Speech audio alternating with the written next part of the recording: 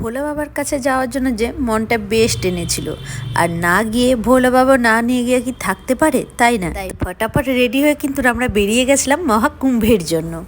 আর যাওয়াটা অতটাও সোজা ছিল না। প্রথমে তো ট্রেন, তারপরে বোলেরো, কত কিছু করেই না যেতে হয়েছে আমার ভোলা বাবার কাছে। তো প্রথমে রেডি হয়ে এবার কিন্তু শিয়ালদহ স্টেশনে গিয়েছিলাম, ওইখান থেকে তারপরে বুনাদপুর থেকেই ছিল আমাদের গাড়িটা। বাবা গো বাবা, কত কিছু করেই ভোলা বাবা নিয়ে গেল। আর হ্যাঁ, রাস্তায় যাওয়ার সময় যেন টিফিন কোথাও যদি না পাই নিরামিষ, তাই বাড়ি থেকে কিন্তু খাবার নিয়ে গেছিলাম। আর সেখানে আমার মায়ের রান্না করে দিয়েছিল রুটি আর আলুর তরকারি।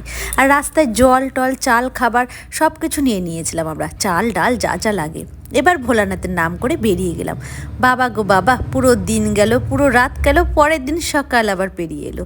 আমরা একদম গাড়িতে এসে যাচ্ছি, রাস্তা যেন শেষ হয় না। শুধু আমরাই না, আমাদের মতন কতই ভক্তরা না বাবার কাছে যাচ্ছে।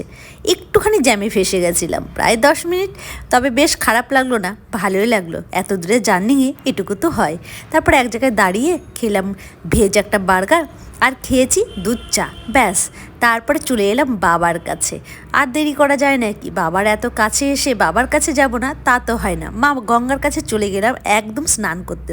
বাবা গো বাবা, স্নান করে কি যে শান্তি পেলাম তা একমাত্র আমরাই জানি।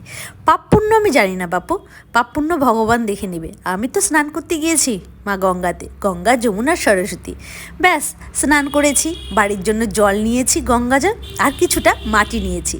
এত সাধু নাগা সাধু, এত কোটি কোটি মানুষের পায়ের ধুলো, সেটা কি আর ছাড়া যায়? তাই নিয়ে নিলাম। নিয়ে কিন্তু এবার এই যে কাটালা বাবার সাথেও দেখা হয়ে গেল। কত ভালো কপাল